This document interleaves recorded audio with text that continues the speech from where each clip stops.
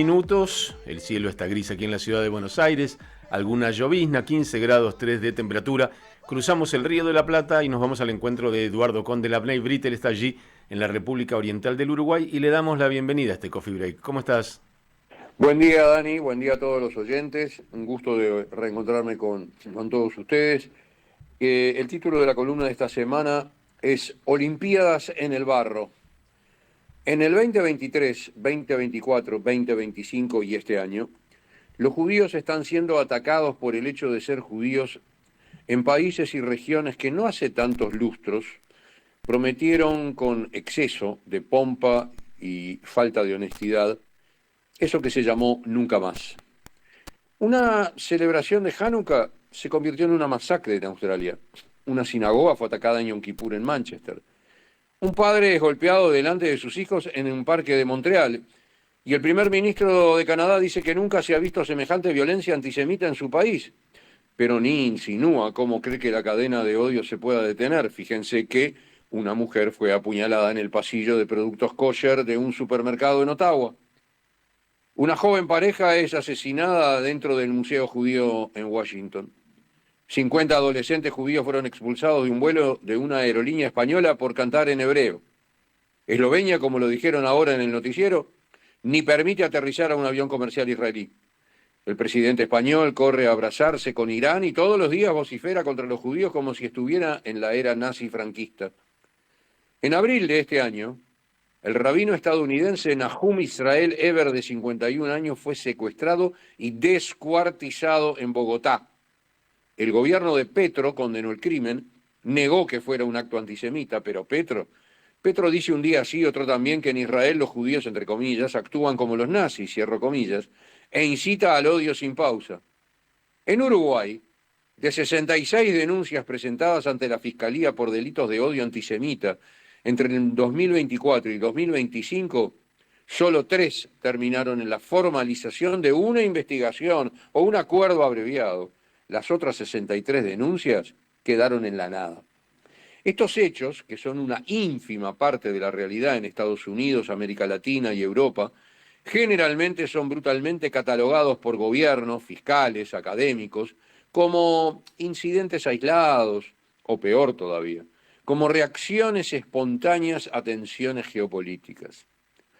Esa banalización que busca justificar delitos es grotesca en países donde el antisemitismo crece exponencialmente, como Uruguay o como Francia, o cualquier otro. El antisemitismo y el antisionismo no nacieron el 7 de octubre del 2023. La izquierda antisemita que lidera casi toda la violencia antijudía actual pretende separar antisemitismo de antisionismo, porque en el mundo de los mensajes de texto, de la incultura, de la ignorancia, conocer el origen de las cosas no es un trabajo que vayan a hacer esas masas tuiteadoras, y eso lo saben los odiadores.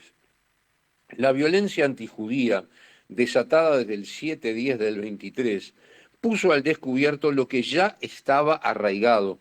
Los ataques que siguieron son el resultado previsible de décadas de condicionamiento ideológico que normalizaron la deshumanización de los judíos bajo un manto político, académico y moral. El antisionismo, estimados amigos, se gestó a principios del siglo XX en la Unión Soviética. Lenin lo calificó como nacionalismo burgués e imperialismo burgués. Stalin pisoteó y masacró a los judíos por ser cosmopolitas desarraigados, desleales, elitistas y extranjeros. El comunismo soviético consideró la identidad nacional judía como ilegítima y así se comportó hasta su caída. ¿O acaso no vamos a tener presente lo que significaba ser judío en la Europa comunista y pretender emigrar a Israel? Antisionismo era antisemitismo entonces y ahora. Y los comunistas, fueran soviéticos, rumanos, cubanos, no solo lo afirmaban convencidos, sino que asesinaban a quien osara enfrentarse a esa ordalía ideológica. Es que nadie se acuerda ahora de Natán Sharansky, que pudo sobrevivir la persecución y la tortura, pero tantos otros miles no. Los soviéticos exportaron el antisionismo. ¿A dónde? Primero que nada al mundo árabe y musulmán.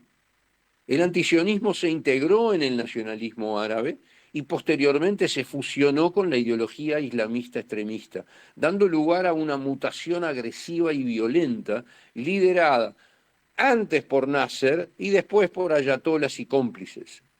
Esto transformó el antisionismo de una postura política en una doctrina existencial, considerando ilegítima la existencia y soberanía judía. Organizaciones terroristas islámicas, como Hamas y Hezbollah, no originaron la ideología antisionista, se crearon con ella, la radicalizaron y la amplificaron mediante el absolutismo religioso y la santificación de la violencia extrema. El antisionismo pasó de ser un arma política a un arma existencial a través de la cual toda la nación judía debe desaparecer. Ya en las décadas del 70 y del 80, la ideología antisemita antisionista había penetrado en las universidades occidentales, las ONG, los medios de comunicación y las instituciones internacionales.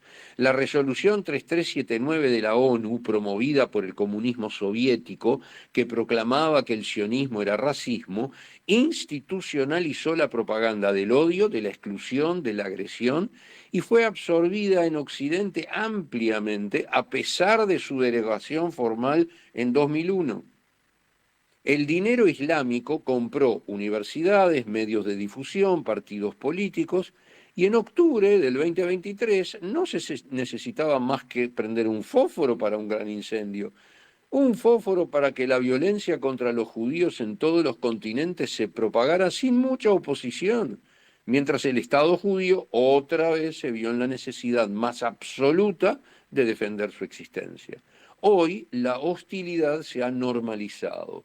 Los que antes decían nunca más, ahora son los menos, ¿eh? Hoy los judíos, sea en Europa o en nuestros países latinoamericanos, son blanco de ataques físicos, políticos e institucionales, y los sistemas destinados a protegerlos o fracasan o retiran su protección.